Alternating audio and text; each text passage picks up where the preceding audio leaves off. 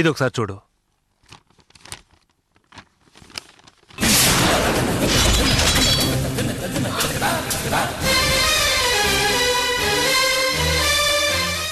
వీడే నర్మదని కిడ్నాప్ చేసిన వాడు. ఏమని పిలిచావన్నయ్యా? నర్మదా అని పిలిచాను. రూపం మారినంత మాత్రాన నేను కనిపెట్టలేననుకున్నావా?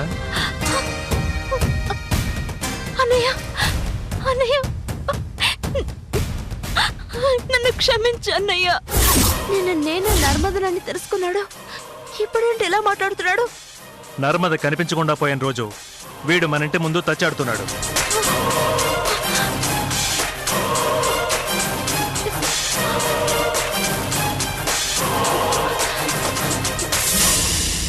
వీడే నర్మదకు అపాయం కలిగించే మాంత్రికుడని, వీడుండేది భైరవ కోనని నిన్న ప్రొఫెసర్ గారు విపులంగా చెప్తే అర్థమైంది. వీళ్ల గురించి ఇంత డీటెయిల్డ్గా తెలిసిన తర్వాత కూడా నా చెల్లెల్ని కాపాడడానికి నేను వెళ్ళకపోతే నేను ఒక అనానే కాదు.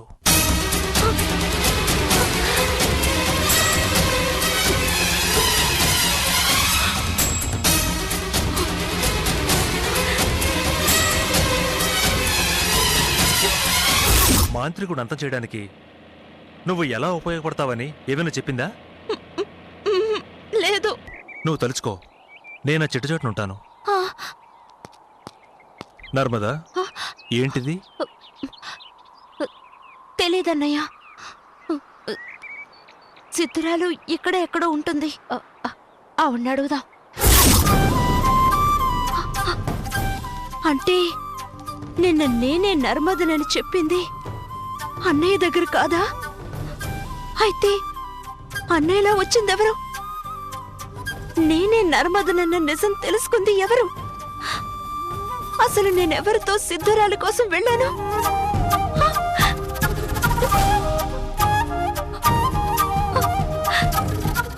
విద్య, మీ ఇంటి ఫోన్ నెంబర్ చెప్పు. ఏ నెంబర్ అన్నయ్య?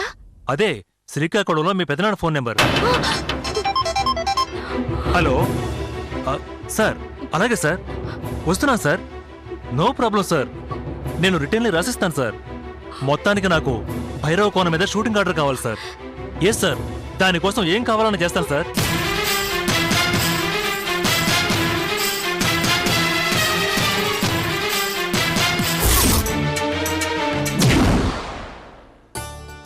నమస్కారం. ఈయనే మీ పెదనాన్న. ఇప్పుడు నీ పేరు విద్య.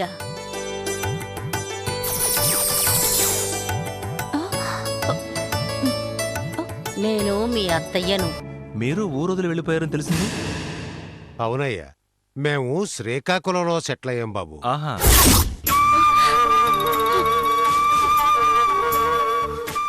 విద్య, నేను అర్జెంటుగా బయటికి వెళ్ళాలి. నువ్వు వెంటనే మీ ఇంటికి ఫోన్ చేసి మీ పెదనాన్నను కానీ మీ మోగత్తాన్ని కానీ రమ్మని చెప్పు. నేను భైరవకోన వెళ్తున్నాను. నేను వచ్చే వరకు నిన్ను ఒంటరిగా వదలటం మంచిది కాదు. నిన్ను నువ్వు కనిపించినందుకే నిన్ను మందలించాలనుకున్నాను, కానీ నీ ముఖం చూసి ఏమీ అనలేకపోయాను. వాళ్ళు రావడానికి వీలు కాకపోతే నేనే నిన్ను అక్కడ దించి వెళ్తాను, సరేనా?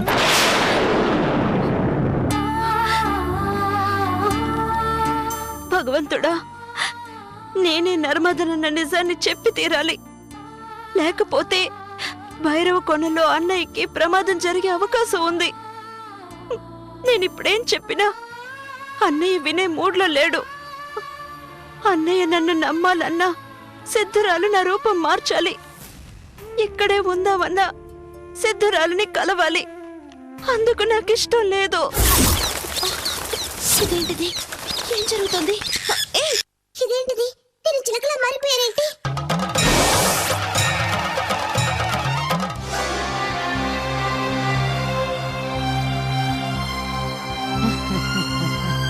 నేను నిత్యం పూజించే కనకదుర్గ సాక్షిగా నేనే నర్మదనని ఎవ్వరికీ చెప్పను. మీకు ప్రమాణం చేస్తున్నాను. విద్యను హాస్టల్లో ఉంచడం ఇష్టం లేదయ్యా. ఓ 6 నెలలు మీ ఇంట్లో ఉండనిస్తావా?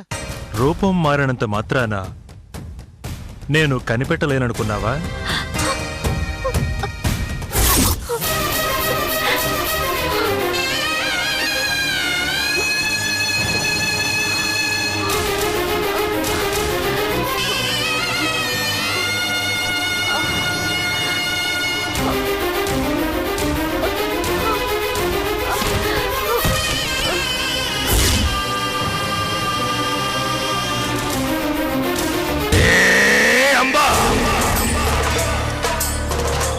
ఓ బాలిక మన చేతిలోంచి తప్పించుకుంది అంటే ఆ!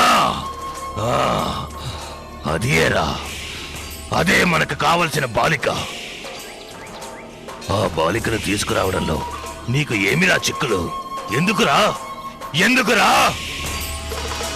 ఏమైనాదిరా నీకు? చెప్పిన పని పూర్తి చేయడం చేత కాదా? క్షమించాలి గురుదేవా, మంత్రశక్తులు ఉపయోగించకుండా ఆ పిల్లని తీసుకురావడం కష్టం. ఏం చేయమంటారు? మంత్రశక్తులు ప్రయోగించకుండానే తీసుకురావాలి. ఆ నాగశక్తిని నేను ఓడించాలి అంటే ఆ బాలిక నాకు కావాలి. ఎట్టి పరిస్థితుల్లోనూ నాకు కావాలి. మీరు చెప్పినట్టుగానే ఎంతో ప్రయాసతో వేషం మార్చుకొని ఆటో డ్రైవర్గా వెళ్ళాను. ఇంతలోనే ఒక యువకుడు అడ్డు తగిలి కార్యం చిన్నాభిన్నం చేశాడు. యువకుడా? అవును గురుదేవా, వాడు గాని అడ్డు తగలకుండా ఉంటే ఆ పిల్లని నేనే తీసుకొచ్చుండేవాణ్ణి. తప్పు నీది కాదురా. ఏది ఏమైనా నేను ఈసారి ఓడిపోను. ఇది నేను ఊహించింది. నాకెందుకు, మనకి కావలసిన బాలిక ఆ బాలికేనని అనిపిస్తోంది.